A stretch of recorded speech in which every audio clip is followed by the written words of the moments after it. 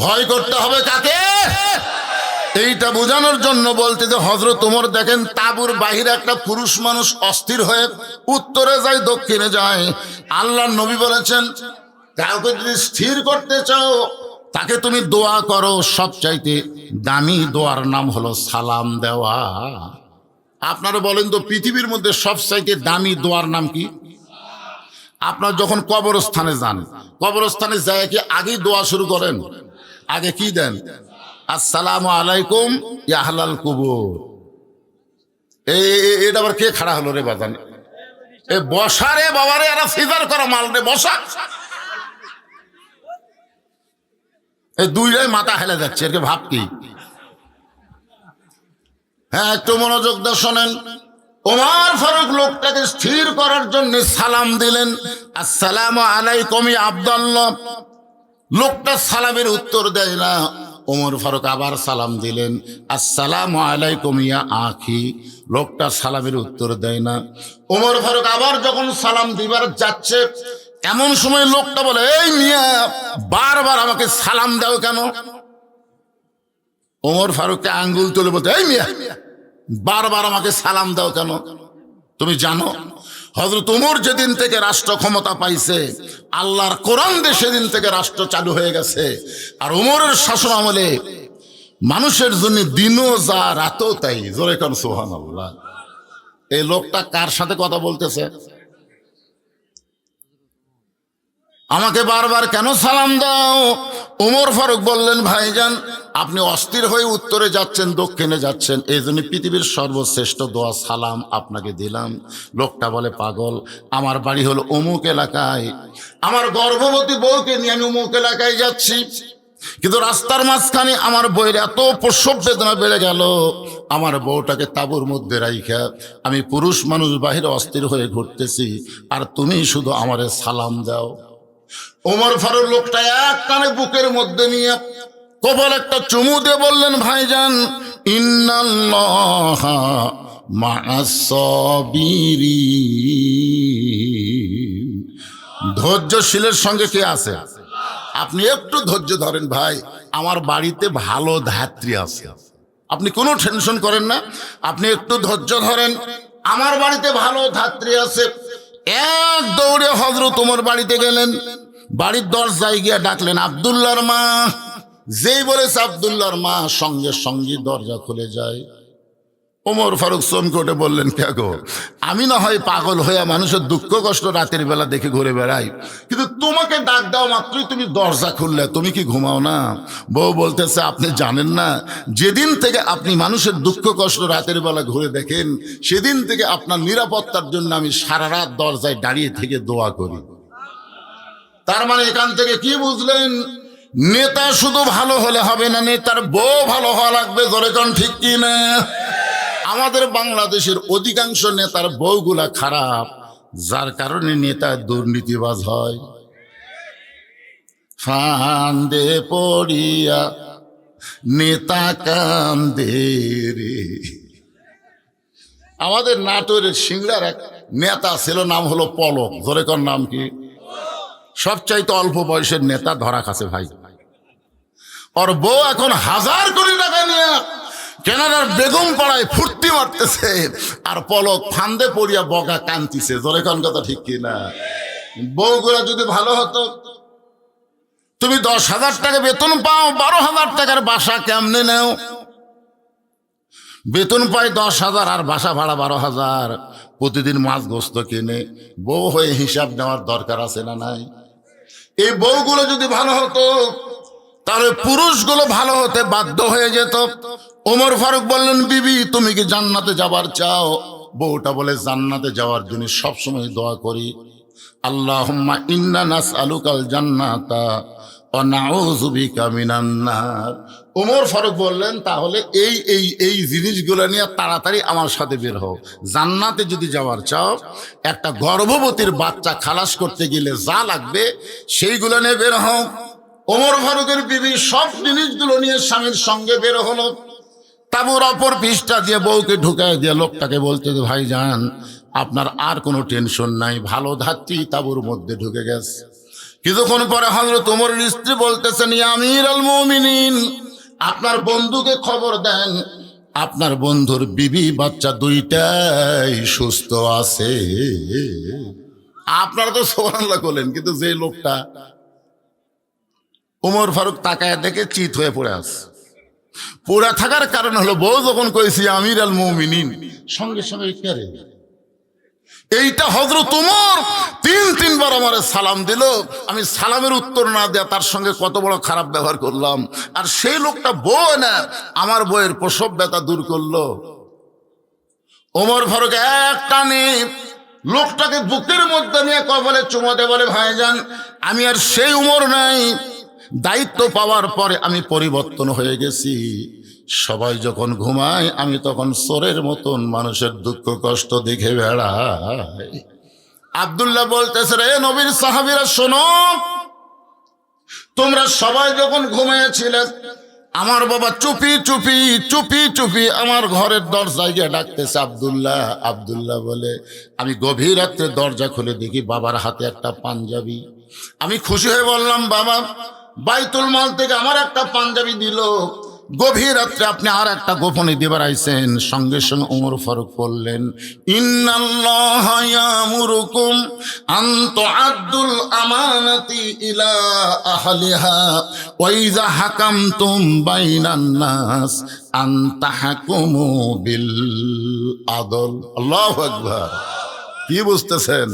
6 বছর ন্যাংরা আমের চাষ করে জ্যৈষ্ঠী মাসে দেখতে গেছে বাগানে আম পাকছে কিনা, যা দেখে গাছের ডালে বসে এক বাচ্চা আম পাড়তেছে আর ব্যাগের মধ্যে তুলতেছে। বাগানের মালিক বলে, আমি খাইনি, আমার পরিবারের কেউ খাই নাই, আর তুই আমার গাছে চড়ে আম পাড়তেছিস, তোর বাপক যা বিচার দিব রে, এই তোর বাপক বিচার দিব। ছেলে খালি মুসকি মুসকি হাসে। বাগানের মালিক বলে, হাসিস কেন?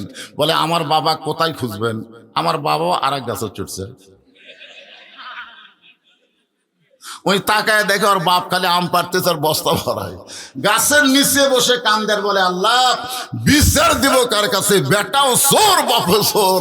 15.5 বছর বাংলাদেশে বিচার দেওয়ার কোনো জায়গা ছিল না। জোরে কোন কথা ঠিক কিনা? চোর তো চোরই, যে চোরের বিচার দিবেন ওই বিচারক আরো বড় চোর। ভালো মানুষগুলোকে ধরে নিয়ে জেলখানা তুলছে আর খারাপ মানুষগুলোকে জামিন দিয়ে দিচ্ছে। কোরআনের ফাঁকে আল্লামা সাইদি হুজুরকে জেলখানা থেকে বের করে হাসপাতাল নিয়ে গেলে হত্যা করলো, তারও বিচার বাংলার জমিনে হলো না। ধরে কোন কথা ঠিক করে কথা বলেন। আমরা তখন বাধ্য হয়ে চোখের পানি নিয়ে তাহাজ্জুদের নামাজ পড়ে আল্লাহকে বললাম, আল্লাহ জজ court, high court, supreme court Hasina দখল করে নিয়েছে, কিন্তু তোমার আদালত হাসিনার দখলে নাই। তোমার কাছে বিচার দিলাম, তুমি একটা কিছু করো। আগস্টে সাইদি হুজুর চলে গেল, পরের আগস্টের 5 তারিখে আল্লাহ তাআলা খেতাব আলুস নিয়ে চোরের মতন পালায় দিল। জোরে কোন কথা ঠিক না?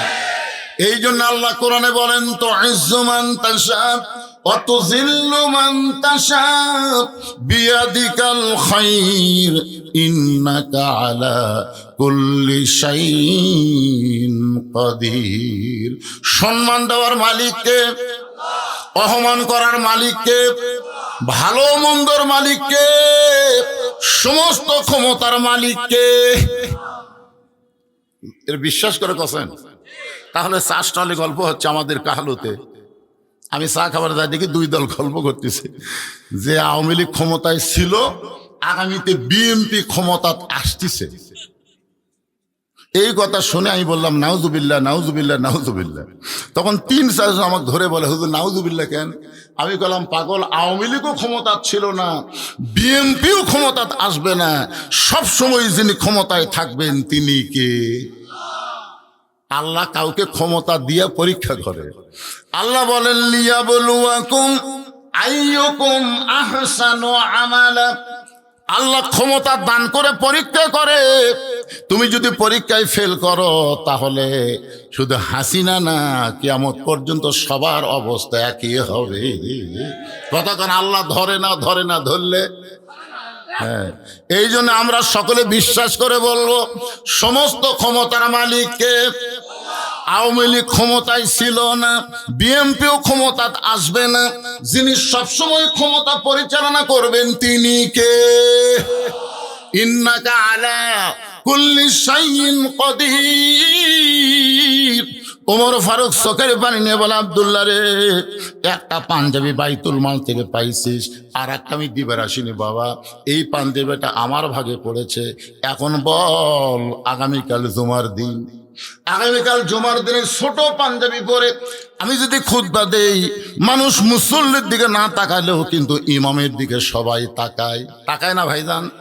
আমাকে একজন মোবাইল করে বলতে যে, হুজুর, ইমামের দাড়ি যদি এক মুষ্টির নিচে হয় তার পাশে কি নামাজ হবে? আমি বললাম, ইমামকে আপনার দাড়ি লাইটবার দিছে? তো কয়, না হুজুর। তাহলে এক মুষ্টির নিচে কেমনি বুঝলেন? বলে, ইমাম যখন খুতবা দিচ্ছিল আমি দূরে বসে আমার মুঠ দিয়ে আন্দাজ করছি, আমার মুঠ আর ইমামের দাড়ি মনে হয় মুঠের চাইতে একটু ছোট হবে। চিন্তা করেন, যেই দেশের মানুষেরা ইমামের দাড়ি মুঠ দিয়ে মাপে, আর সেই দেশে দাড়ি মোছ ছাড়া কোনো মানুষকে জাতীয় ইমাম বলা যাবে না। যদি কেউ বলে তাহলে ভুল হবে। জাতীয় নেতা বলতে পারেন, কিন্তু জাতীয় ইমাম বলতে পারবেন না। ইমামের দিকে সবার নজর আছে না নাই? ওমর ফারুক বলেন, আব্দুল্লাহ, তোর পাঞ্জাবিটা আমাকে দান করে দে বাবা, তোরটা আমারটা মিলে একটু লম্বা কাপড় বানায় খুতবা দিবার চাই। আব্দুল্লাহ বলে, গভীর রাত্রে আমার বাবাকে আমার কাপড়ের অংশটুকু দিয়ে দিলাম। আমি বাবার পিছনে পিছনে রওনা দিলাম। বাবা ঘরের মধ্যে ঢুকে নিজের হাতে অর্ধ জাহানের খলিফা নিজের হাতে তার কাপড় আমার কাপড় একত্র করে বাবা লোব্বা জুব্বা বানায় খুতবা দেয়। এখন বলো, বাবার খুতবা শোনা যায় কি না যায়? সমস্ত সাহাবীরা চিল্লায় বলে, আল্লাহর কোরআন দিয়ে যখন রাষ্ট্র চলবে, এমন মুত্তাকি পরহেজগার তাকওয়াবান নেতা মুসলমানেরা দেখতে পাবে। সেই কোরআন আমাদের কাছে আছে না নাই? হুদাল্লিল মুত্তাকিন। আবু জেহেল বলতেছে, এই কোরআনকে শোনা যাবে কিন্তু কোরআনকে গ্রহণ করা যাবে না। আজও বাংলাদেশের অনেক মুসলমান কোরআনের ওয়াজ শুনবে কিন্তু বাস্তবে কোরআনের পক্ষে কাজ করবে না। জোরে কোন কথা ঠিক কি না? নামাজ পড়বে, নেতারা এসে ভাষণ দেবে, নামাজ পড়ো, নামাজ পড়ো, রোজা করো, রোজা করো। আপনারা বলেন তো, সর্বপ্রথম যিনি মুনাফিক ডিগ্রি পাচ্ছে তিনি কেমন নামাজি ছিলেন? আপনারা জানেন না মনে হয়। আল্লাহ রাসূল ইমামতি করত, সামনে কাতারে আবু বকর রাদিয়াল্লাহর সাথে কাঁধে কাঁধ মিলিয়ে জামাতে নামাজ পড়তো। আবু বকর রাদিয়াল্লাহর সাথে একই টুপি, একই দাড়ি, একই পাগড়ি। তাকবীরে উলার সঙ্গে নবীর পিছনে জামাতে নামাজ পড়তো। নবীর পিছনে নামাজ পড়া, এটা জাতা কথা মনে করছেন? কিন্তু আল্লাহ যখন একটা আয়াত নাজিল করলো নবীর উপরে, ইয়া আইয়ুহান নাবিয়্যু হারজিল মুমিনিনা আলাল কিতাব, ওগো নবী, শুধু জামাতবদ্ধ ভাবে নামাজ পড়লে হবে না, যারা আপনার পিছনে কাতার সোজা করে নামাজ পড়তেছে তাদেরকে আপনি সৈন্য হিসাবে গড়ে তোলেন। কারণ যে কোনো সময় মক্কার কাফেররা মদিনা আক্রমণ করতে পারে, আর মদিনা আক্রমণ করলে দোয়া দিয়ে, দরুদ দিয়ে, নামাজ দিয়ে আপনি মদিনা রক্ষা করতে পারবেন না। ওই কাফেরদের বিরুদ্ধে অস্ত্র ধরা লাগবে। এই হুকুম কার? এই আয়াতটা যখন নবীর উপর নাজিল হলো, নবী নামাজ শেষ করে বললেন, সাহাবীরা, আল্লাহ তাআলা এই আয়াত আমার উপর নাজিল করলো। তখন আব্দুল্লাহ ইবনে ওবাই না, ওবাই ইবনে খালফ, ওবাই ইবনে সুলুল। আব্দুল্লাহ ইবনে ওবাই একজন দামি সাহাবী। কি হুজুর, আমরা অনেক বক্তারা ভুল করি। উনি হচ্ছেন ওবাই ইবনে সুলুল। উনি নবীর হাঁটুর সাথে হাঁটু লাগায় বলতেছি, ইয়া রাসূলুল্লাহ, এটা না গন্ডগোলের আয়াত। কিসের আয়াত? আজকে আমাদের বাংলাদেশে অনেকে বলে ইসলামী আন্দোলন হলো জঙ্গি, জিএমবি, গন্ডগোল। আপনারা বলেন তো, ইসলামী আন্দোলন গন্ডগোল? যারাই বলবে গন্ডগোল, এরাই হলো মুনাফিকের জাত। জোরে বলেন, কিসের জাত? নবীর হাঁটুর সঙ্গে হাঁটি লাগায় বলতেছি, ইয়া রাসূলুল্লাহ, এটা না গন্ডগোলের আয়াত। সঙ্গে সঙ্গে নবী বলেন, আল্লাহ আমার পেছনে 5 ওয়াক্ত নামাজ জামাত আদায় করে, এরপরও তোমার আয়াতকে যে বেটা গন্ডগোলের আয়াত কয়, ই আসলে কে? সঙ্গে সঙ্গে আল্লাহ বললেন, অমিনান নাসি মাইয়াকুলু আমান্না বিল্লাহি ওয়া বিল ইয়াউমিল আখিরি ওয়া মা হুম বিমুমিনিন।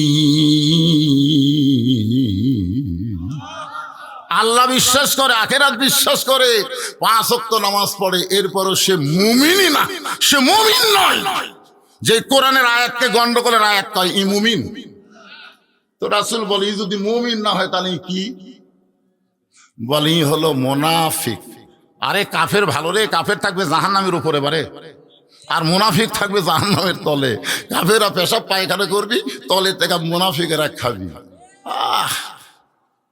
এই বদমাইশ মুনাফিক কোন দল থেকে হবে? রাসূল বললেন মুনাফিকের আবাদ হবে মুসলমানের ভিতরে। বর্তমানে গোটা পৃথিবীর ভিতরে সবচাইতে মুনাফিকের দেশ হলো বাংলাদেশ। জোরে করে কথা বল না কেন ভাইজান? এক জায়গাতে আমি বলছি মুসলমানের চাইতে মুনাফিক বেশি, সভাপতি সেই গরম। হুজুর মুসলমানের চাইতে বাংলাদেশে মুনাফিক বেশি, দলিল দেন। আমি বললাম ভাইজান আপনার মসজিদে জুমার নামাজে মুসল্লি কত হয়? তো সভাপতি বলতে যে কমপক্ষে 200 হয়। আমি বললাম ফজরের নামাজের মুসল্লি কত হয়? তো সভাপতি বলতেছে ফজরের মুসল্লি মানে ওই শালাও ফজর পড়ে না। আমি যেই বলছি ফজরের মুসল্লি কত হয়, ওই আর কবার পারতেছেন। তখন আমি মুয়াজ্জিনকে ডাকতে বললাম, মুয়াজ্জিন সাহেব আপনাদের এই মসজিদে ফজরে মুসল্লি কত হয়? বলে 4-5 জন হয়। আমি বললাম ভাইজান যেই মুসলমানেরা ফজরের নামাজ জামাতে আদায় করে না, এশার নামাজ জামাতে পড়ে না, এরাই হলো মুনাফিক। জোরে কোন কথা ঠিক না? এখন বলেন জুম্মাতে যদি 200 হয়, ফজরে হয় 5 জন, তাহলে 195 কি? কথা কন না, 195 কি?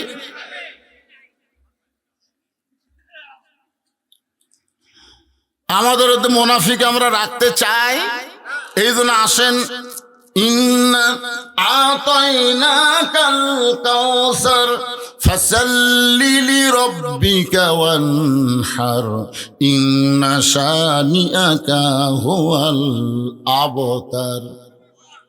এই সূরার নাম হলো কাউসার। জোরে বলেন নাম কি? এই কাউসারটা আল্লাহ, আমাদের ভাগ্য এত ভালো যে আমাদের নবীকে দিয়ে দিছে। বলেন সুবহানাল্লাহ। হাসর হবে তামার সানি, উম্মত বলবেন পানি পানি। সেই কঠিন দিনে পানি দেওয়ার, সেই কঠিন দিনে পানি দেওয়ার নবী বিনে সাধ্য কারো নাই। সুবহানাল্লাহ। আমরা এমন একজন নবী পাইছি যেই নবীর সম্পর্কে গানের মধ্যে বলা হয়েছে, আছেন আমার মুক্তার, আছেন আমার বারিস্টার, শেষ বিচারের হাইকোর্টেতে তিনি আমায় করবেন পার, আমি পাপী তিনি জামিনদার। আল্লাহ যখন হাকিম হইয়া আমাদেরকে আসামি বানায় বিচার শুরু করবেন, ওই সময় আমাদের নবী উকিল হয়ে বারিস্টার হয়ে আল্লাহর কাছে আমাদের ব্যাপারে ওকালতি করে আমাদেরকে সুপারিশ করে জান্নাতে পৌঁছে দিবে। আমাদের নবী সম্পর্কে আল্লাহ বলেছেন ওয়ামা আরসালনাকা ইল্লা রাহমাতাল লিল আলামিন। এই সূরা কাউসারের শানে নজুল বিশাল। এই সূরা কাউসারের শানে নজুলটা অনেক বড়, কিন্তু আমার সময় আজকে খুবই কম, এই জন্য আমি শানে নজুলটা আর বললাম না। জানার জন্য বলতেছি, এখানে লেখা দেওয়া আছে ভাই, প্রধান অতিথি এটা দেখেনি তো, এখানে লেখা দেওয়া আছে আমার সময় হলো 7টা থেকে 9টা পর্যন্ত। কিসের 10টা 11টা কম?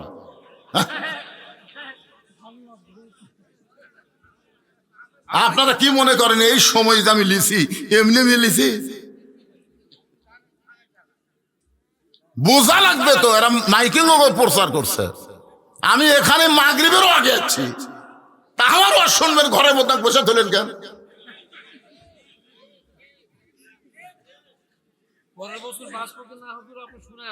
পরের বছর দিলাম তো। আমি গতকালই দেখলাম এক বক্তার গাড়ি ভাঙিছে, আর এক জায়গাত মাহফিল ঠিক মতো যাওয়ার পারেনি। প্রত্যেকটা জায়গায় সময়, আপনার সময়ের গুরুত্ব দিবেন। সূরা আসরের প্রথমে আল্লাহ সময়ের শপথ করছে। সময় অত্যন্ত গুরুত্বপূর্ণ একটা সাবজেক্ট, ধরে কোন ঠিক কিনা? সময় যদি না বোঝেন তাহলে হবে। আমি যেই কথাটা বলতেছি একটু গুরুত্ব দিয়ে শোনেন, শানে নজুল পরে দেখবেন, পরে শুনবেন। যেইটা বলতেছি হাউজে কাউসার সম্পর্কে, ইমাম গাজ্জালী রহমতুল্লাহ আলাইহি বলেন হাউজে কাউসার এমন একটা পেয়ালা, কেউ যদি 1 পেয়ালা পানি পান করে জাহান্নামেও যায়, আল্লাহ জাহান্নামকেও জান্নাত বানায়া দিবে। এ কথার দ্বারা দার্শনিক ইমাম গাজ্জালি বুঝালেন, হাউজে কাউসারের পানি যেই দেহের মধ্যে যাবে ওই দেহ জাহান্নামে যাবে না। যদি যায়, কথা কয় না, যদি যায় জাহান্নামকে আল্লাহ জান্নাত বানায় দিবে। আমাদের মুসলমানের মধ্যে যদি শব্দ আছে না নাই? যদি আল্লাহ জান্নাত না দেয়, যদি আল্লাহ জান্নাত না দেয়, এই চিন্তা মুসলমান কেন করে? আমি একটা হিন্দুরে বলছিলাম, মরলে কোথায় যাবা? স্বর্গে যাব। একটা মুসলমানকে বললাম, মরলে কোথায় যাবাকে? কবরে যাব। মুসলমান সাহস করে বলবারই পারে না মরলে জান্নাতে যাব, এ কথা বলবার পারে না। আপনি বলেন তো, বাবার সম্পত্তির ব্যাপারে সন্তান যদি সন্দেহ করে বলে বেড়ায় আমার বাবার সম্পত্তি পাই কিনা পাই, তাহলে গ্রামের লোকজন বলবে তোর জন্মে ভেজাল আছে। বাবার সম্পত্তি তুই পাবি না তো পাড়ার লোক পাবে। বাবার সম্পত্তির সন্তান যেমন ওয়ারিশ মোতাবেক পায়, লা ইলাহা ইল্লাল্লাহ মুহাম্মদ রাসূলুল্লাহ যারা স্বীকার করেছে তারা ওয়ারিশ মূলে জান্নাতি হয়ে যায়। ফাদখুলি ফি ইবাদি ওয়াদখুলি জান্নাতি। আমার সামনে যত মানুষ আপনারা বসে আছেন, আমার বিশ্বাস আপনারা সকলেই জান্নাতি। আপনাদের কার কার বিশ্বাস হয় না? হাত তোলেন তো।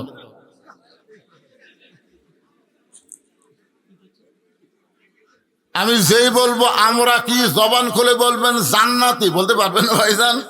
আমরা কি, যাই বলবে না তাই কিন্তু ফেরেশতারা আছে না নাই? খালি উপরে ফেরেশতা নাই, আপনার দুই কান্দ তো দুটো বসে আছে না নাই? জোরে বিশ্বাস নিয়ে বলেন আমরা সকলে কি? আরো জোরে, জোরসে বলুন। ফেরেশতারা বলতেছে আল্লাহ তোমার বান্দারা জান্নাতি জান্নাতি বলে মিছিল করে। আল্লাহ বলে এরা কোনোদিন জান্নাত দেখছে? ফেরেশতা বলে না, আল্লাহ দেখেনি। তো না দেখা জান্নাত পাওয়ার জন্য যারা মিছিল করতেছে, আমি আল্লাহ দয়া করে তাদেরকে জান্নাত দিয়ে দিলাম। যদি আল্লাহ আমাকে দিয়ে দেয়, হরতাল করে কেউ বন্ধ করে পারবি? এই জন্য মনোযোগ দিয়ে শোনেন। সাহাবারা বললেন ইয়া রাসূলুল্লাহ, এ হাউজে কাউসারের পানি কারা পান করবে? সঙ্গে সঙ্গে আল্লাহ বলে দিলেন ফাসাল্লিলি রব্বিকা ওয়ানহার। 1 নম্বর নামাজ, 2 নম্বর কুরবানি, এরাই পান করবে হাউজে কাউসারের পানি। 1 নম্বর হলো, এ জোরে করে 1 নম্বর কি? আমি 42 বছর ওয়াজ করতেছি, আল্লামা সাইদি হুজুর 50 বছর ওয়াজ করলো, যুক্তিবাদী বলতেছে আমি 70 বছর ওয়াজ করতেছি, শহীদ নজরুল বলতেছে আমার ওয়াজের বয়স 70 পার হয়ে গেছে। একজন বক্তা 60-70 বছর 50 বছর ধরে ওয়াজ করলো, ওয়াজের বিনিময়ে নামাজি বাড়লো না। কিছুদিন আগে এক মুয়াজ্জিন সাহেব ওয়াজ শুনবার আসে, ওয়াজ শেষ করে বাড়িতে গেছে, ফজরের সময় চেতন পায়নি। যারা ওয়াজ শোনেনি তারা অন্য গ্রামের মসজিদের আজান শুনে মসজিদে এসে দেখে তালা। কিরে আমাকে মুয়াজ্জিনের খবর কিরে? তখন 2-3 জন মুয়াজ্জিনের বাড়িতে গেছে, মুয়াজ্জিন সাহেব মুয়াজ্জিন ঘুমোতে লাভ দুটা বলে ভাই কি হয়েছে? এই চারিদিকে আজান হয়ে গেছে মিয়া, আর আমাদের মসজিদের আজান হয়নি, তালা খোলনি। তখন মুয়াজ্জিন বেড়ে এসে 3 জনের সামনে কান ধরে তওবা করতেছে, আর জীবনে ওয়াজ শুনবো না। এই ওয়াজ শুনবার যাই আমার ফজরে আজানের চেতন পাইনি। কিরে ওয়াজ শুনে মুসল্লি তো বাড়তেইছে না, বরং মুয়াজ্জিনই পর্যন্ত আজান দেওয়ার চেতন পাচ্ছে না। তার মানে বোঝা গেল ওয়াজ দিয়ে বাংলাদেশের মুসলমানকে নামাজি বানানো যাবে না। নবুয়তের 10ম বৎসরে আল্লাহ নবীকে 5 ওয়াক্ত নামাজ দিলেন। নবী নামাজ নিয়ে আসার পরে 3 বছর মক্কায় ছিলেন। নামাজ পাওয়ার পরেও নবী কয় বছর? আমার আঙ্গুলের দিকে তাকায় হোহা করেন না কেন? কয় বছর? 3 বছর মক্কায় ছিলেন। একদিন নবী আল্লাহকে বললেন, আল্লাহ যেখানেই নামাজের কথা বলেছেন সেখানেই বলেছেন আকিমুস সালাত, নামাজ কায়েম করো, নামাজ কায়েম করো। কিন্তু বর্তমানে মক্কায় যে পরিবেশ দেখতেছি, এই পরিবেশে নামাজ পড়া যায় কিন্তু নামাজ তো কায়েম করার পরিবেশ নাই। ওগো আল্লাহ, তাহলে আকিমুস সালাত কেমনে আদায় হবে? আল্লাহ বলেন হাবিব, মক্কায় আপনি হলেন ইমাম আর আবু জেহেল হলো নেতা। ইমাম ভালো হবে, নেতা জালেম হবে, ওই দেশে কোনোদিন নামাজ কায়েম হবে না। নামাজ কায়েম করতে গেলে যিনি ইমাম হবে তাকেই নেতা হওয়া লাগবে। নামাজ কায়েম করতে গেলে ইমাম ভালো কিন্তু জালেম নেতা, নেতা হলো জালেম, ইমাম হলো আলেম। নামাজ কায়েম হবে। এক ইমাম আমাকে বলতে তো, হুজুর মাস গেলে আমাকে 2000 টাকা বেতন দেয়। আমি কইলাম ফেরি, এই মসজিদের যারা দায়িত্ব আছে, সভাপতি কিংবা সেক্রেটারি, এরা আলেম না, এরা হলো জালেম। ধরে কেন এরা কি কথা কর না কেন? কমিটি যদি আলেম হতো তাহলে ইমামের বেতন মাস গেলে 2000 দিত না।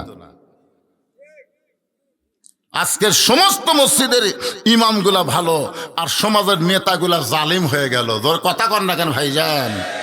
যতক্ষণ আবু জেহেলের মতন জালেম নেতা থাকবে আর আপনার মতন ভালো ইমাম থাকবে, ততক্ষণ পর্যন্ত ওই সমাজে নামাজ কায়েম করা যাবে না। চোরের মতন নামাজ পড়া যাবে, চোরের মতন। আজান শুনে বাবা মসজিদে গেছে, চোরের মতন। বেটা ল্যাপের মধ্যে ঘুম পাড়তিছে। আচ্ছা বলেন তো, নামাজ ফরজ কার জন্য? বাপের জন্য না বেটার জন্য? আমার মতন বুড়া যখন আল্লাহর সামনে দাঁড়াবে, আল্লাহ বলবে তোর শৈশবকালের হিসাব আমি চাই না, এই বুড়ার হিসাব আমি চাই না, আমি খালি যৌবনকালের হিসাব চাই। যৌবনের হিসাব দে তো। তখন বলতেছে আল্লাহ, যৌবনকালে তো আমি নামাজ পড়িনি, বুড়া বয়সে এখন কি করব, মরার ভয়ে সিয়াল্লে মসজিদে গেছি। আল্লাহ মানে যখন আর খাড়া হওয়ার পারে না, তখন সিয়াল্লে মসজিদে যায় 27 গুণ সব নষ্ট করছি। কয় গুণ? কথা কর না কেন? কয় গুণ? মসজিদে নামাজ পড়লে কয় গুণ সব? এই 27 গুণ সব কখন হবে? কাতার হেঁকা বেঁকা করলে না সোজা করলে? তো যে কাতারের মধ্যে চেয়ার আছে, আপনারা বলেন তো এই কাতার আপনার সোজা করে পারবেন? তাহলে আপনার 27 গুণ তো হচ্ছে না। আপনি যদি 27 গুণ সব পাবার চান, চেয়ার কাতার থেকে বের করে দেন, দ্বিতীয় কাতারত আস্তে করে রেখে দেন। দ্বিতীয় কাতারের মুসল্লি যদি 27 গুণ চায়, সিয়ার তৃতীয় কাতারত দেন। তৃতীয় কাতারের মুসল্লি যদি 27 গুণ সওয়াব চান, সিয়ার চতুর্থ কাতারত দেন। এক সময় দেখা যাবে মসজিদে সিয়ার থাকবে না, সব সিয়ার বারান্দাত এতিমের মতন থাকবে। জোরে কোন কথা, ঠিক কথা কন না? যখন হলো চামড়া ঢিল, আল্লাহর সাথে দিছে মিল। ওই মিল আমার আল্লাহর দরকার নাই, কারণ 5 ওয়াক্ত নামাজ এইটা কিন্তু 7 বছর থেকে তালিম দেওয়া লাগবে আর 10 বছর থেকে জোর করে ধরার লাগবে। আপনি বুড়া মানুষ চোরের মতন ফজর পড়বার গেছেন, আপনার বেটার খবর কি? আপনি কি জানেন না আল্লাহ বলেছেন কু আনফুসাকুম ওয়া আহলিকুম নার, জাহান্নামের আগুন থেকে যদি বাঁচতে চাও তাহলে একলা বাঁচলে হবে না, তোমার আহাল পরিবার, সমাজ এবং রাষ্ট্রকে বাঁচান লাগবে। জোরে কোন কথা, ঠিক কিনা? আহাল মানে কি? সমাজ এবং রাষ্ট্র পর্যন্ত আপনার আহাল। আপনার বাড়িতে আগুন লাগলো, আগুন লাগার পরে যারা আপনার আগুন নিভাবার জন্য আইলো, আপনি তাদেরকে জাহান্নামের আগুন থেকে মুক্ত করার দরকার আছে না নাই? এ কথা কর, আছে না নাই? হ্যাঁ। আপনার গ্রামের মসজিদ যদি কেউ ভাঙবার আসে, জোরে কোন, মসজিদ যদি আপনার গ্রামের কোনো হিন্দুরা ভাঙবার আসে, আপনার বলেন তো সর্বপ্রথম বাধা দিবি কারা? গ্রামের সবাই দিবে না, লেখালেন খাতা কলমে, বেনামাজিরা বাধা দিবি। বেনামাজিরা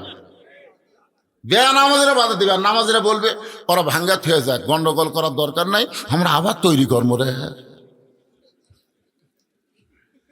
বেনামাজি সালমান শাহ নতুন করে বাবরি মসজিদ নির্মাণ করার জন্য 1000 কোটি টাকা দান করছে। 1000 কোটি টাকা। সুবহানাল্লাহ কর না, কথা কর না কেন? আর সমস্ত হুজুর মিলে 200 কোটি টাকা দিয়ে পারবে। হুজুরা বলতেছে ইন্নাল্লাহু মা'আস সাবিরিন, ধৈর্য ধর, ধৈর্য ধর। আপনার গ্রামের মসজিদ ভাঙবার আলে যেই বেনামাজিরা বাধা দিবার যাবে, ওদেরকে নামাজি বানানোর দায়িত্ব নামাজিদের আছে না নাই? জোরে করে আছে না নাই? বেটা আজানের আগে আসলে 3.5 হাত, আর আজান শুনে হয়ে গেল 2.5 হাত, আর বাপ যায় সামনে কাতার নামাজ পড়তেছে। বাপের উচিত হলো কেন, বেটা 3.5 হাত 2.5 হাত হলো কেন? জানলা দিয়ে তাকায় দেখে পাও নাই, মাথাও নাই, আমার বেটা কোন জায়গাত গেল? মনে হয় চাউলের বস্তা ঢাকাত হচ্ছে। বিলে যেমন ইন্দুর ধরে, আপনি আস্তে আস্তে করে যায় ল্যাপ টানতে দেখেন, ল্যাপের তলে আপনার বেটার সাইজ আর সকালবেলা সাইড টিপে কুত্তার সাইজ, একই সাইজ। এখন আপনার দায়িত্ব কি শোনেন, আপনার কি দায়িত্ব? ওই বেটার কাছে গিয়ে বেটা লাভ দোটে বলতেছে, আব্বা আহা করতেছেন কেন? এই পাগলা, আমি একলা নামাজ পড়লে তো জান্নাত যাচ্ছি না, তোকে সঙ্গে করে নিয়ে নামাজ পড়লে ওঠ। কি বলেন, দায়িত্ব আছে না নাই? ঘরে কার আছে না নাই? এক নম্বর হলো নামাজ। এই নামাজটা ওয়াজ দেওয়া হবে না। আল্লাহ নবী যখন মদিনাত গেলেন, মদিনাকে যখন রাষ্ট্র গঠন করলেন, ওই সময় আল্লাহ তাআলা কোরআনের আয়াত নাজিল করে বললেন, আল্লাযীনা ইম্মাক্কান্নাহুম ফিল আরদ, মুসলমানের মধ্যে কাউকে যখন ক্ষমতা দেওয়া হবে, ক্ষমতা পাওয়ার পরে তার এক নম্বর দায়িত্ব কি?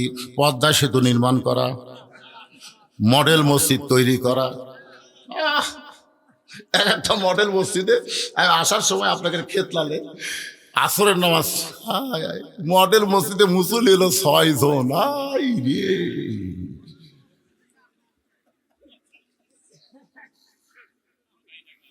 পদ্মা সেতু নির্মাণ করা, খালি রাস্তাঘাট নির্মাণ করা, মডেল মসজিদ তৈরি করা না।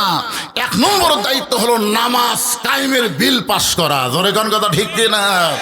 আজকে সংসদ থেকে নামাজ কায়েমের বিল যদি পাস হয়, প্রতি ওয়াক্ত নামাজ না পড়লে পাছার কাপড় তুলে 5টা করে বাড়ি।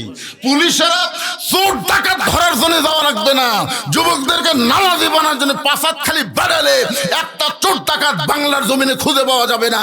ইন্না সালাতা তানহানিল ফাহশাই ওয়াল মুনকার, একমাত্র নামাজি পারবে মানুষকে যাবতীয় বেহুদা এবং খারাপি কাজ থেকে বাঁচাই দিতে। জোরে কোন কথা ঠিক কিনা?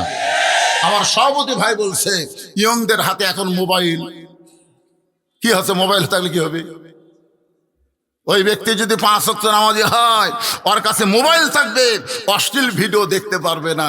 যখন দেখতে যাবে নামাজি বলবে, কেউ না দেখলে তোর আল্লাহ দেখতেছে। ধরে কোন কথা ঠিক কিনা? কেউ না দেখলেও তোমার 2 কাঁধের ফেরেশতা দেখতেছে।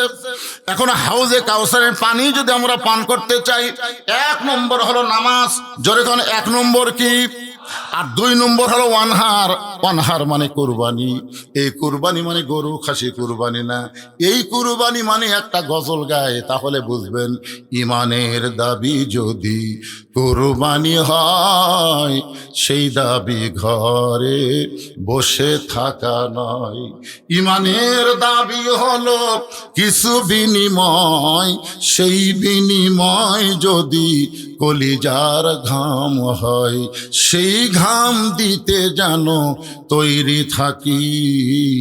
ওগো দয়াময় আমার আল্লাহ দয়াময়। একটা হাদিস বলি, আল্লাহ রাসূল বলেছেন, মান সাআলাল্লাহু তাআলা আশ-শাহাদাতা বিসিদকিন বাল্লাগাহুল্লাহু মানাজিলাশ শুহাদা ওয়া ইম্মাতা আলা ফিরাশিহি, রাওয়াহুল বুখারী কিতাবুল মাগাজি। আল্লাহ রাসূল বলেছেন, দুনিয়াতে কেউ যদি কোরআন বিজয়ের আন্দোলন করে আর নিয়ত করে, দরকার হলে প্রয়োজন হলে আমি শহীদ হব। জোরে কোন কি হব? বাতিলের বিরুদ্ধে লড়াই করে ওসমান হাদি হব। জোরে কোন কি হব? আকাশেতে লক্ষ তারা, একটা চাঁদের আলো, 1000 কোটি মানুষের চাইতে একজন ওসমান হাদি অনেক ভালো। বুখারী শরীফের হাদিস মনোযোগ দিয়ে শোনেন, মান সাআলাল্লাহু তাআলা আশ-শাহাদাতা বিসিদকিন বাল্লাগাহুল্লাহু মানাজিলাশ শুহাদা ওয়া ইম্মাতা আলা ফিরাশিহি। বাংলাদেশে কোরআন বিজয়ের আন্দোলন করে আর মনে মনে নিয়ত করে, দরকার হলে প্রয়োজন হলে বাতিলের বিরুদ্ধে লড়াই করে আমি শহীদ হব। ওয়া ইম্মাতা আলা ফিরাশিহি, সে যদি নিজের বিছানায় মৃত্যুবরণ করে, বাল্লাগাহুল্লাহু মানাজিলাশ শুহাদা, হাসরের ময়দানে আল্লাহ তাকে শহীদদের কাতারে দাঁড় করায়া দিবে। কারা কারা রাজি? আল্লাহকে একটু হাত দেখান তো ভাইজান। প্রয়োজন হলে আল্লাহর কোরআনের জন্য জীবন দেব। ভাই আপনি তোলেন, ভাই রে আপনিও তোলেন। লিল্লাহে তাকবীর, হাত নামান। আমরা যখন কোরআনের মাহফিলে থাকি, আমাদের কোনো বিএমপি, জামাত, তারপর জাতীয় পার্টি, আওয়ামী লীগ এগুলো পরিচয় না। আমরা সবাই এক দল, দুনিয়ার মুসলমান। সবচাইতে বড় কুরবানি এই মিছিল করা। কুরবানি মানে গরু জবাই, গরু জবাই কার নাম কুরবানি? এক নম্বর নামাজ, 2 নম্বর কুরবানি। এখন গরিবরা যদি বলে হুজুর আমরা 5 ওয়াক্ত নামাজ পড়া পারবো, কিন্তু গরিবরা কুরবানি কেমনে দেব?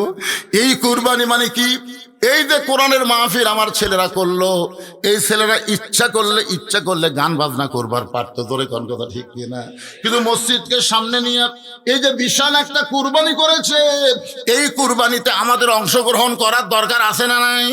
যদি ছেলেরা ব্যাগ লিয়ে রুমাল দিয়ে আপনাদের কাছে যায়, আপনার যেটাই দিবেন এটাই হলো আল্লাহ রাস্তায় কুরবানি। আর যদি মনে করেন দৌড় দেই যা, বাড়ি পর্যন্ত যাবার পারবেন কিনা গ্যারান্টি দিয়ে যান। বাড়ির যাওয়ার আগে অনেক মানুষ হাসপাতালে যায়, জোরে কোন কথা ঠিক কিনা? জোর করে যাওয়া কে পড়ে থাকিস কে? এই জন্য ছেলেদের বলবো রুমাল গামছা নিয়ে যাও, কুরবানি হবে, সবাই কুরবানি করবে। 10, 20, 50, 100, 500 যিনি যা পারবেন কুরবানি করবেন। আজকের এই মাহফিলের সম্মানিত প্রধান অতিথি একটা বিশাল কুরবানি দিবেন ইনশাআল্লাহ। কি ভাই? হ্যাঁ, না না থাক, আপনি ওই কথা ভুলে যান তো। নেতা হলে কত আং পাতলা হলে হবে, নেতা সবাই হওয়ার পারে। আশ্চর্য কথা। হ্যাঁ, 1 লাখ টাকা দেন। হ্যাঁ,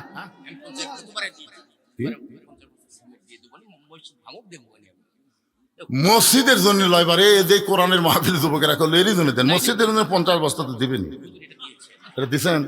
এই ছেলেরা দিছে দিছে ব্যাগ তো ছেড়ে দিবেন করলেন। কুরবানি হবে, কুরবানি 10, 20, 50, 100 যে যা পারবেন আল্লাহ রাস্তায় দিবেন। কারা কারা দিবেন না তারা হাত তোলেন তো দেখি। কারা কারা দিবেন? 10 পারেন, 20 পারেন, 50 পারেন, যারা ডাড়া আছে তোমার হাত তোলো বাবা, তোমার কাছে ব্যাগ আগে যাবে। দেখি কারা কারা দিবেন, হাত তোলেন তো দেখি। এ টান টান করে হাত তোল না কেড়ে। মাশাআল্লাহ, সবাই দিবে। যাও, 1 বস্তা টাকা হবে। এতগুলো লোক খালি 10, 20 টাকা করে দিলে টাকার অভাব পড়ে। ঢোকো ঢোকো তো একবার 20 জন ঢোকো। আমার মা বোনেরা চিন্তা করতেছে হুজুর আমাদের কুরবানিকে, আমার মায়েদের বলতেছে মা মরার পরে 5 কাপড় দিয়ে কোনো লাভ হবে না, জীবিত অবস্থায় আল্লাহর কুরবানি পর্দা করা লাগবে। জোরে কোন কথা ঠিক কি না? আচ্ছা, আপনাকে এলাকার মেয়ে মানুষেরা মাথার চুল বেচা খায়? এই এলাকার খবর কি? হাই রে, চুলের বলে দাম রে 10,000 টাকা বলে 1 কেজির দাম। আমাদের কাহালুতে অনেক মেয়েরা মাথার চুল বেচা খায়। আমি জয়পুরহাটের মা বোনদের বলতেছি মা, মরে গেলে মেয়েদেরকে 5 কাপড় দেওয়া হয়, পুরুষের চাইতে 2 কাপড় বেশি। একটা কাপড় হলো মাথা বান, আর একটা হলো সিনা বান। মাশাআল্লাহ, আমার জন্য আমার এক ভাই গামছার মধ্যে না দিয়া আমি মাজলুম একজন অসুস্থ মানুষের হাতে 1000 টাকা দান করেছে এই কোরআনের মাহফিলের জন্য। আল্লাহ দানকে কবুল করেন, আল্লাহুম্মা আমিন। ভাইজান, এরকম 1000, 2000, 500 যদি কেউ দিবার চান, ওই গামছাত না দিয়ে জি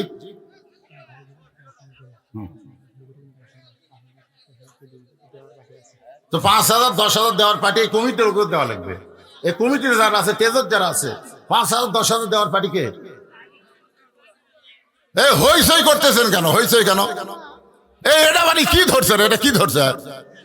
যাতে একদিকে যান পড়ে যায় না, ভালো করে ধরো। ব্যাগ ধরবে, শপিং ব্যাগ নাই এখনকার। গামছা চলে নাকি? ব্যাগের মধ্যে দিয়ে দেন, সবাই দিয়ে দেন, সবাই দেন, আল্লাহর রাস্তায় দিয়ে দেন। আমার এক ভাইজান সামনে থেকে 1000 টাকা দিল, 2000, 3000 দেওয়ার কোনো লোক নাই। আল্লাহর ঘর মসজিদের উন্নয়ন কল্পে একটা আল্লাহর রাস্তায় বলেন, সবাই বলেন। এখানে অনেকগুলো আমন্ত্রিত অতিথির নাম লেখা আছে, অনেক নাম। ডাক্তার মীর রফিকুল ইসলাম, না মুবিনুল ইসলাম, জনাব মোহাম্মদ আরিফুল ইসলাম, এগুলা নাম দিছে আর আছে তো অজগবি নাম দিয়ে লাভ কি? জনাব মোহাম্মদ আতাউর রহমান, বিশিষ্ট ব্যবসায়ী, দিছে। এই সাইডটা কে করলে হুজুর আপনি দেন?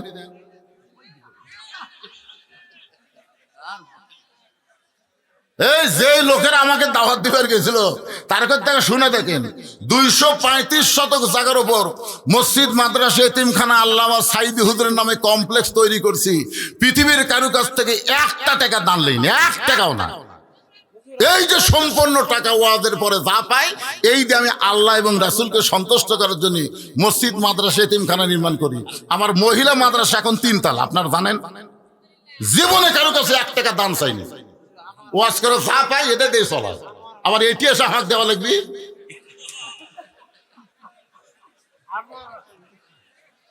আনোয়ার হোসেন, আল্লাহ তোমার একজন বান্দা 500 টাকা দান করেছে, আল্লাহ তার দানকে কবুল করেন।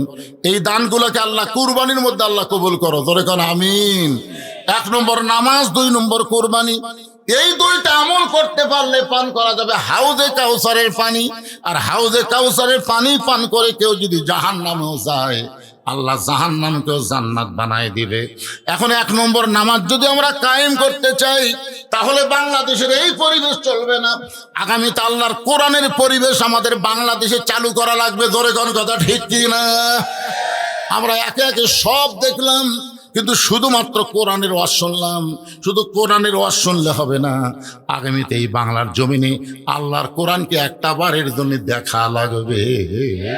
কারা কারা আল্লাহর কোরআন দেখতে চান? আল্লাহকে একটু হাত দেখান তো দেখি। খালি শুনলে হবে না রে, দেখা লাগবে। মাশাআল্লাহ, আল্লাহর কোরআনকে আমরা বাস্তবে আমল করে দেখতে চাই। খালি বক্তারা ওয়াজ করে শ্রোতারা শুনে যাবে, আর মরে গেলে রুহের মাগফিরাতে কোরআন খতম দিবে। এই কোরআন কারো রুহের মাগফিরাতে খতম দেওয়ার জন্য আসে নাই। কোরআন মরা মানুষের কিতাব না, কোরআন হলো জীবিত মানুষের হেদায়েত। জোরে কোন কথা ঠিক কিনা? হুদাল্লিল মুত্তাকিন, মুত্তাকিদের জন্য কোরআন হলো জীবন ব্যবস্থা। এই জন্য আমরা যে কোরআন থেকে আলোচনা শুনলাম, আমরা নামাজ কায়েম কেমনে বাংলাদেশে হবে, এই চেষ্টা আমাদের এখন থেকে করার দরকার আছে না নাই? আপনি চেষ্টা করে যান, ব্যাগগুলো আদায় করে সব টেজত নিয়ে আসবেন। এই মাহফিল কমিটির সভাপতিকে, এই মাহফিল কমিটির সভাপতি কোনটা? উনি তো মাহফিলের সভাপতি। আব্দুর রহমান সাবু কি দিছে? 50,000 টাকা। এসে কোয়া লাগবে না, এটা জাতা কথা। আব্দুর রহমান সাবু 50,000 টাকা দিছে, অথচ তার নামই কয় না। আচ্ছা, এরকম আর কে দিছে? কন্ত দিয়ে একটা কন্ত। বুলবুল আহমদ 20,000 টাকা দিয়ে, মাশাআল্লাহ।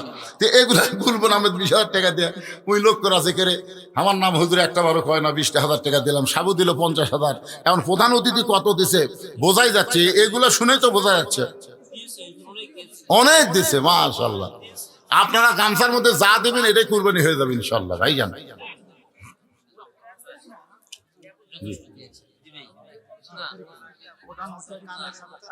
এতগুলো মানুষ তাবারকও দিবে, মাথা নষ্ট করে। কাতার হয়ে আপনার বসেন তো ভাইজান, আপনাকে ইসাল সব তো আমি খেয়াল করিনি, আপনাকে জন্য বললো তাবারকও আছে। মাশাআল্লাহ, তাবারকের ব্যবস্থা করছে। একটু সাইজ হয়ে বসেন, সাইজ হয়ে বসেন, একটু ফাঁক ফাঁক হয়ে বসেন, যেন তাবারকটা আপনাকে দিবার পরে ভাইজান মোনাজাতের পরেই আপনাদেরকে তাবারক দেবে ইনশাআল্লাহ। সবাই সাইজ হয়ে বসেন। যিনি দাঁড়িয়ে আছেন এখন আপনাকে বাধ্য হয়ে বসাই লাগবে, বুদ্ধি নাই তো। এখন এত মানুষ বসার জায়গা কেমনে হয়? ইস্তেগফার পড়ুন, আস্তাগফিরুল্লাহ রাব্বি মিন কুল্লি জামবি ওয়া তুবু ইলাই, আস্তাগফিরুল্লাহ রাব্বি মিন কুল্লি জামবি ওয়া তুবু ইলাই। আপনি অসুস্থ? অসুস্থ, সকলের জন্য দোয়া হবে ইনশাআল্লাহ। তাবারক দোয়ার মধ্যে দেওয়া যায় না, দোয়ার মধ্যে তাবারক দিলে বিশাল ক্ষতি, ঈমান ইসলামের ক্ষতি। কারণ হাত তুলেছে কার কাছে? একটা বার যদি তবারকের দিকে নজর যায় তাহলে মোনাজাত উল্টে হবে, বুঝলেন না?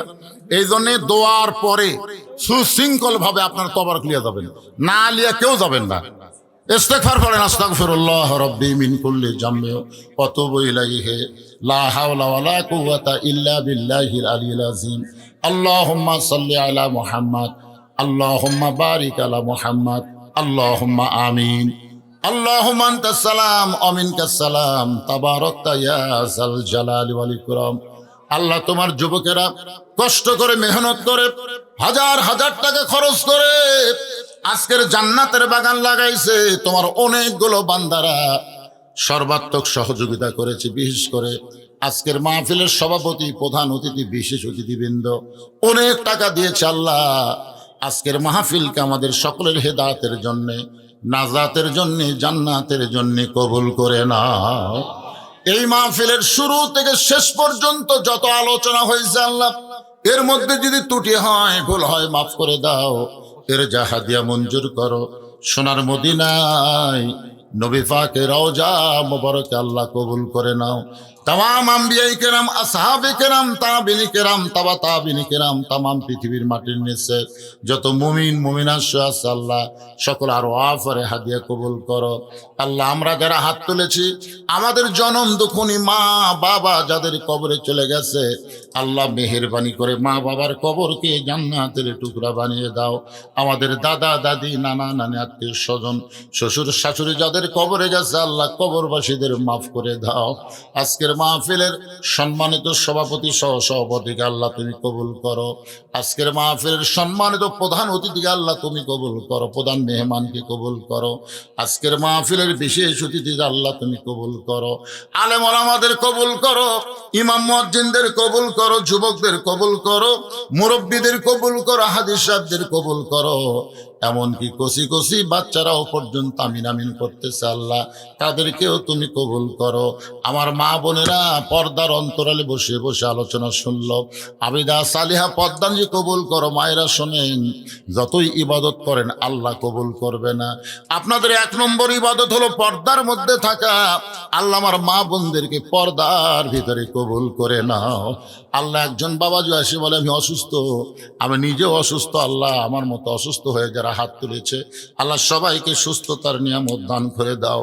যেই ছেলেটা আমাকে দাওয়াত দিবার গেছিল গত একদিন আগেই তার বাবা স্ট্রোক করেছে, আমার কাছে বলেছে হুজুর আমার বাবার জন্য দোয়া করবেন, আমি কাজ করতে পারলাম না, আমার বাবাকে নিয়ে আমি হাসপাতালে থাকতে হয়েছে, আমরা তার জন্য দোয়া করি আল্লাহ তার বাবাকে পুরোপুরি সুস্থতা দান করে দাও। আল্লাহ মোনাজাতের পরে তাবারকের ব্যবস্থা আছে, সবাই সুশৃঙ্খলভাবে সুন্দরভাবে তাবারকগুলো নিতে পারে এমন ইমানি শক্তিদেরকে দান করে দাও। গোটা বাংলাদেশের বুকে আল্লাহ খাস রহমত করো, মিলেমিশে মহব্বতে আমাদেরকে বসবাস করার তৌফিক দাও। সুবহান রাব্বিকা রব্বিল ইজ্জাতি আম্মা ইয়াসিফুন ওয়া সালামুন আলাল মুরসালিন।